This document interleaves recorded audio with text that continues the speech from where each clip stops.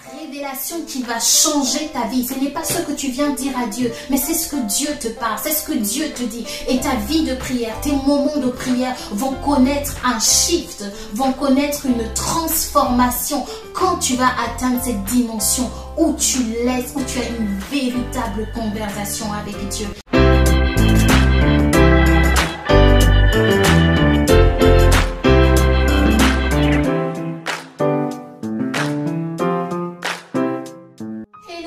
J'espère que vous allez très bien. Je suis Rituel, bienvenue sur ma chaîne.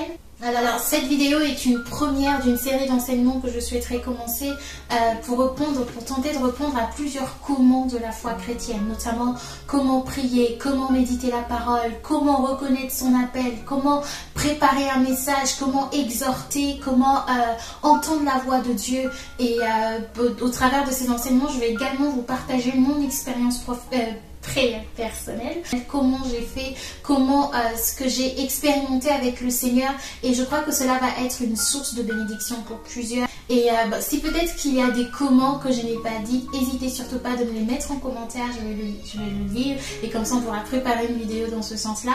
Et également j'aimerais te demander, si tu n'es pas encore abonné à la chaîne, c'est juste ici en bas, alors n'hésite pas, abonne-toi, clique sur la petite cloche pour que tu ne puisses rater aucun des prochaines vidéos. Et je suis également, tu peux me retrouver également sur Instagram, alors ça sera affiché juste là au-dessus. Donc je suis également sur Instagram, donc n'hésite pas à aller regarder, à aller voir. Et également sur Instagram, je partage très souvent des trucs que le Seigneur met sur mon cœur, des petites pensées, et cela, je crois que cela sera une source de bénédiction pour toi. Alors aujourd'hui, je vais te parler de comment prier, et je vais te donner 5 clés qui vont te permettre de développer ta vie de prière, ta relation avec le Seigneur. Alors j'aimerais simplement déjà mettre cette base. Je pars du principe que tu as déjà fait le premier pas en donnant ta vie à Christ, en acceptant le Seigneur Jésus comme ton Seigneur et comme ton Sauveur. Et si tu n'as pas encore fait ce choix, j'aimerais vraiment, mais alors vraiment t'inviter à le faire. C'est une décision qui va radicalement changer ta vie. J'aimerais t'inciter de toutes mes forces à prendre cette décision. Et dans tous les cas, à la fin de cette vidéo, je vais te donner l'opportunité de le faire en priant avec toi. Ce que tu dois savoir premièrement sur la prière, c'est que ce n'est pas une récitation. Ce n'est pas un ensemble de phrases que tu mémorises pour réciter machinalement à Dieu. Et l'efficacité de la prière ne dépend pas de ton grade, ne dépend pas depuis combien de temps tu connais Dieu, depuis combien de temps tu es dans le Seigneur. L'efficacité de la prière ne dépend pas du niveau de connaissance que tu as de Dieu. L'efficacité de la prière ne dépend pas du tout de cela. Dans tous les cas, j'aimerais vraiment que en matière de prière, que tu ne puisses en aucun cas te disqualifier, parce que autant que tout chrétien, tu as du prix aux yeux de Dieu. Dieu n'exauce pas plus une prière parce qu'elle est faite par un archibishop, parce qu'elle est faite par une personne connue, une personnalité, par quelqu'un de spécial. Dieu ne va pas exaucer moins une prière parce que la personne qui l'a faite est nouvellement dans les choses de Dieu et vient à peine de donner sa vie au Seigneur. Non, l'efficacité de la prière ne dépend pas non plus de la justesse des phrases que tu emploies, ne dépend pas de la tournure des phrases que tu emploies, mais la puissance de la prière, l'efficacité de la prière, la force de la prière. La prière trouve toute sa puissance en Dieu lui-même, celui qui garantit l'exaucement de ta prière. Voilà pourquoi j'aimerais que tu sois rassuré. Et la Bible dit, tout ce que vous me demanderez en priant, je vous l'accorderai. En fait, c'est comme si Dieu te donnait un chèque en blanc. Il te dit, demande simplement, parle simplement et je te donnerai. Et maintenant, tu vas me dire, mais de manière pratique, c'est quoi prier? Alors, j'aimerais te dire simplement une seule phrase. Prier, c'est parler avec Dieu. Pendant que tu pries, il y a deux choses qui se passent. C'est toi qui parles à Dieu, mais aussi il y a un temps où tu laisses Dieu te parler. Et c'est vraiment très important que tu comprennes cela, que tu saisisses cela. Parce que en tant que chrétien, on ne prie pas une statue. On ne parle pas à une représentation quelconque de quelque chose qui est dans les ciels ou sur la terre. Mais lorsqu'on prie, on parle à Dieu, le créateur du ciel ciel et de la terre, celui qui t'a doté d'une bouche, celui qui t'a doté des oreilles, celui qui t'a doté des yeux. Et tu peux être sûr qu'il en a également. Il parle. La Bible nous dit qu'il parle tantôt d'une manière, tantôt d'une autre. Peut-être que tu vas être en train de prier et Dieu ne va pas forcément te parler par une voix audible. Peut-être que c'est pendant que tu seras en train de méditer la parole. Peut-être que c'est à un autre moment de la journée. Mais je veux dire que c'est important que pendant ces moments de prière, que tu aies conscience que ce n'est pas simplement toi qui parles à Dieu, mais c'est également Dieu qui veut te parler. Imagine que tu as un ami, que tu connaisses une personne, que quelqu'un qui se dise qu'il est ton ami. Mais à chaque fois qu'il vient, c'est lui qui parle, c'est lui qui parle, c'est lui qui parle. C'est comme si, en fait, votre relation tournait autour de lui. Tourner autour de lui. À un moment, tu vas te sentir frustré. Tu te dis, mais à quoi je sers? À quoi je sers? Est-ce qu'il y a vraiment une relation? Est-ce qu'il y a vraiment un échange entre nous? Et c'est exactement ce qui se passe. Alors c'est important que dans tes moments de prière, que tu aies le temps de laisser Dieu te parler. Un moment où tu te tais, où tu t'arrêtes, tu te dis, Seigneur, je veux t'entendre, je veux t'écouter, parle-moi. En réalité, Dieu sait exactement ce que tu veux lui dire quand tu viens prier. Il sait exactement ce que tu veux, c'est qu'il veut te dire, c'est que tu veux lui dire. Mais la révélation qui va changer ta vie, ce n'est pas ce que tu viens dire à Dieu, mais c'est ce que Dieu te parle, c'est ce que Dieu te dit. Et ta vie de prière, tes moments de prière vont connaître un shift, vont connaître une transformation quand tu vas atteindre cette dimension où tu as une véritable conversation avec Dieu. Et cela va impacter non seulement ta vie, mais également l'environnement autour de toi sera impacté par ta relation avec Dieu. Et on le voit d'ailleurs dans le livre de Exode 34 à partir du verset 28. On voit Moïse qui monte sur la montagne et qui s'entretient avec Dieu. Et pendant qu'il s'entretient avec Dieu, son visage rayonnait. Pendant qu'il descendait, quand il est descendu de la montagne, la Bible nous dit que son visage rayonnait à un tel point que les enfants d'Israël n'arrivaient même pas à le fixer du regard, à le regarder tellement il avait été avec le Seigneur, il avait été dans la présence de Dieu, il avait conversé avec le Seigneur et son visage rayonnait. Et je pense que je vais pouvoir retrouver le passage. Il dit, il ne savait pas que la peau de son visage était devenue rayonnante pendant qu'il s'entretenait avec Dieu. La Bible précise que c'est pendant qu'il s'entretenait avec Dieu. C'est comme si Dieu lui a communiqué quelque chose, une de ses particularités. Et j'aimerais qu'on puisse lire Hébreux 11 à partir du verset 6. La Bible dit, « Or, sans la foi, il est impossible de lui être agréable, car celui qui s'approche de Dieu, donc tu t'approches de Dieu par la prière, doit croire qu'il existe. Tu dois croire que Dieu existe. C'est la base de tout. Tu dois croire qu'il existe et qu'il récompense ceux qui se tournent vers lui. Dans d'autres versions, il est marqué ceux qui le recherchent, qu'il récompense ceux qui les recherchent. Donc la foi est quelque chose de très très important en matière de prière.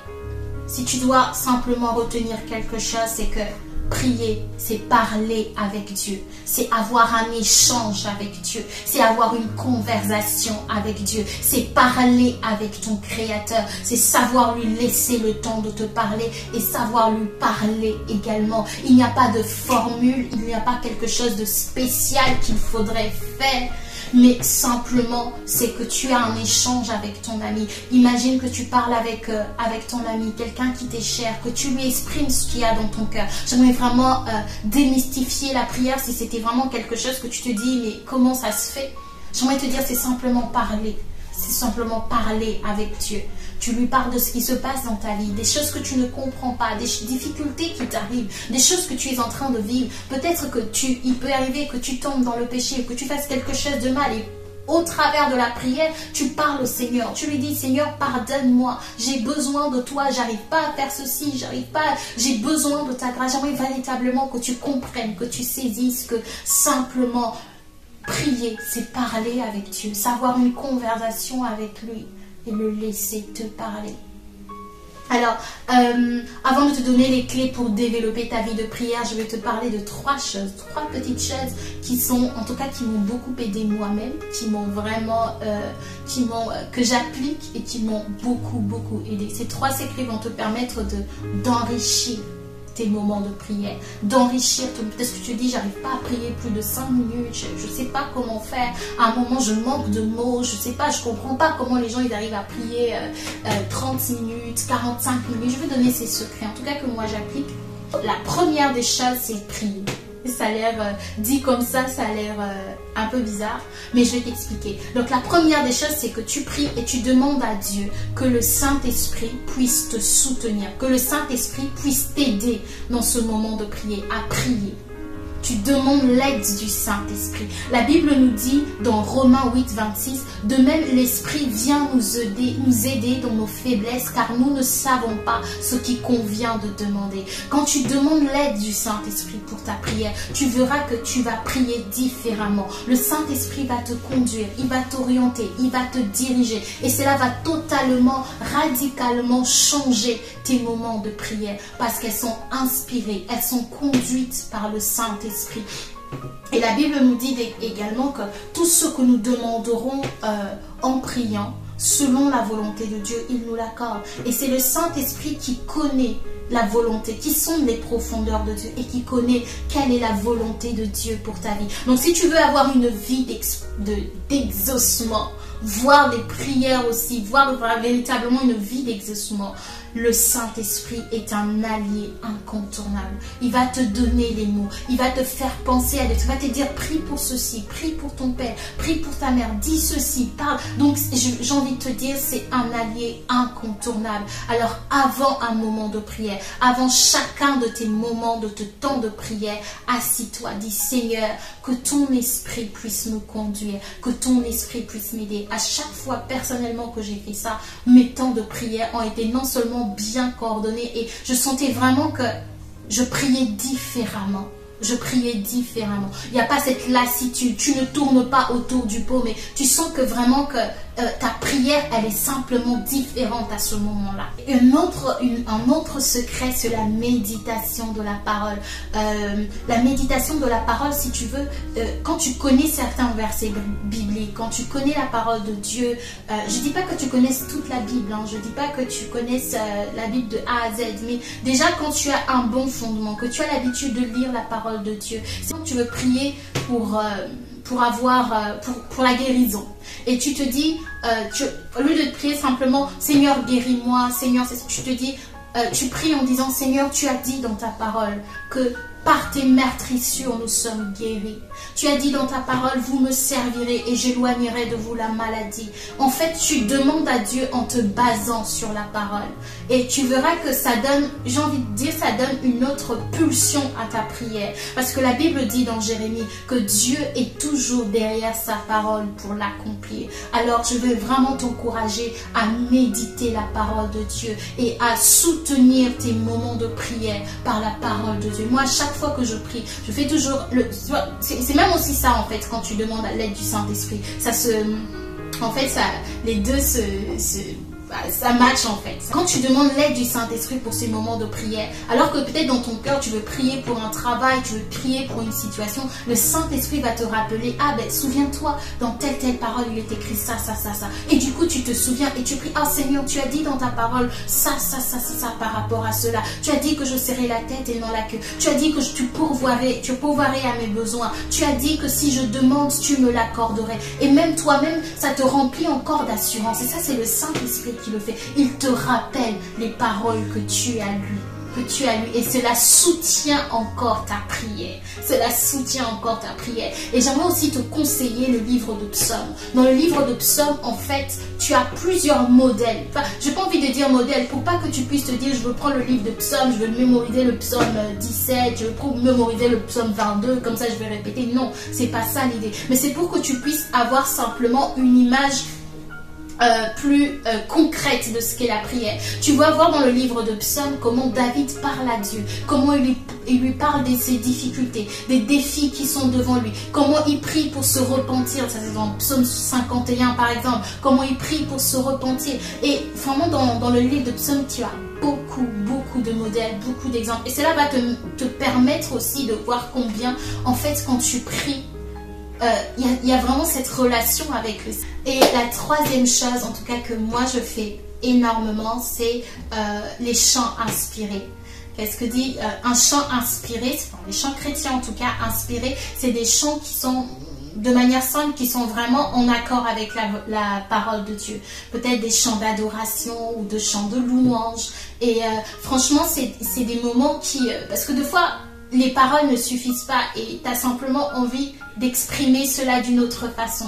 Et moi, généralement, ce que je fais, c'est que je chante simplement, ou soit je prie, en même temps je chante, à un moment je m'arrête, je chante, ou je commence d'abord par un temps de chant. Mais vraiment, c'est quelque chose qui marche pour moi et qui soutient vraiment mes moments de prière. Et je sens que ça me permet plus en fait d'exprimer ce qu'il y a dans mon cœur et de vraiment déverser mon cœur devant le Seigneur. Après, te dis pas, je sais pas chanter, je chante pas juste, je chante faux et tout. C'est pas ça qui importe le Seigneur. L'importance, déjà, je sais pas si je l'ai dit au début, mais ce qui est important dans la prière, c'est qu'il y ait vraiment une synchronisation entre ce qu'il y a dans ton cœur et ce que tu dis à Dieu. Dieu n'exauce pas simplement ce que ta bouche dit, mais il regarde au plus profond de ton cœur, ce que tu ressens. Ça veut dire qu'il y a même des moments où tu n'es pas pouvoir parler, n'est pas pouvoir vraiment dire exactement ce qu'il y a dans ton cœur, ne pas pouvoir, peut-être même que c'est quelque chose qui te fait tellement mal que tu n'arrives même pas à prier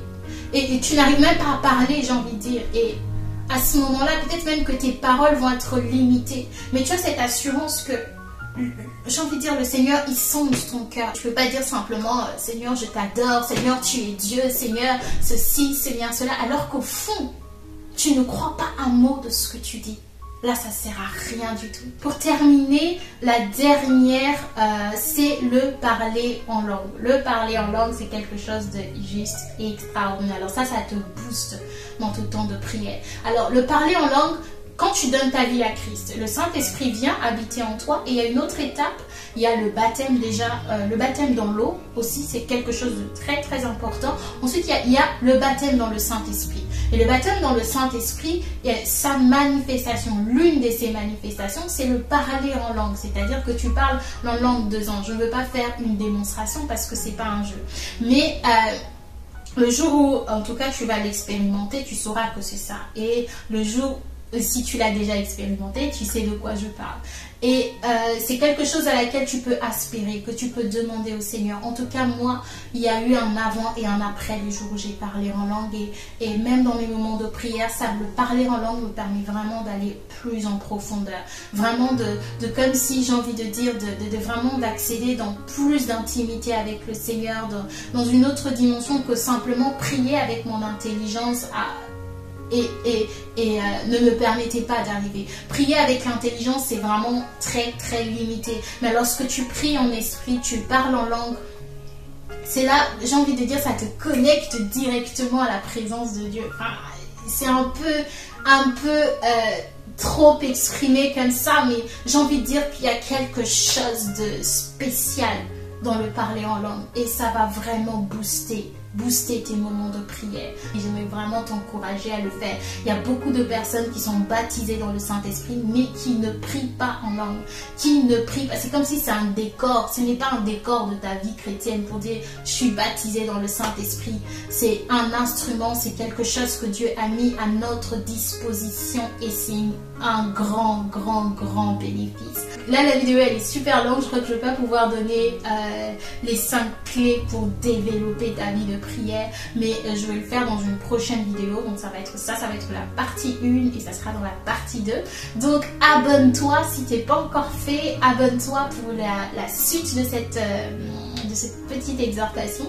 Et j'aimerais également prier avec toi et te donner l'opportunité d'accepter le Seigneur Jésus comme ton Seigneur et ton Sauveur. J'aimerais que tu fasses cette prière avec moi si tu veux le faire. C'est la toute première prière que tu fais avant de prier pour je ne sais quoi. il faut que ta vie soit en règle avec le Seigneur. Peut-être même que tu vas à l'église depuis plusieurs années, que tu fréquentes des chrétiens, mais jamais tu n'as fait cette prière. J'aimerais te dire, fais-la. Il est important que tu puisses la faire. Que tu puisses la faire. Alors je vais prier simplement avec toi. Tu vas répéter ces paroles après moi et on va prier ensemble. Alors on va dire, Seigneur Jésus, je viens vers toi tel que je suis. Je te donne ma vie aujourd'hui.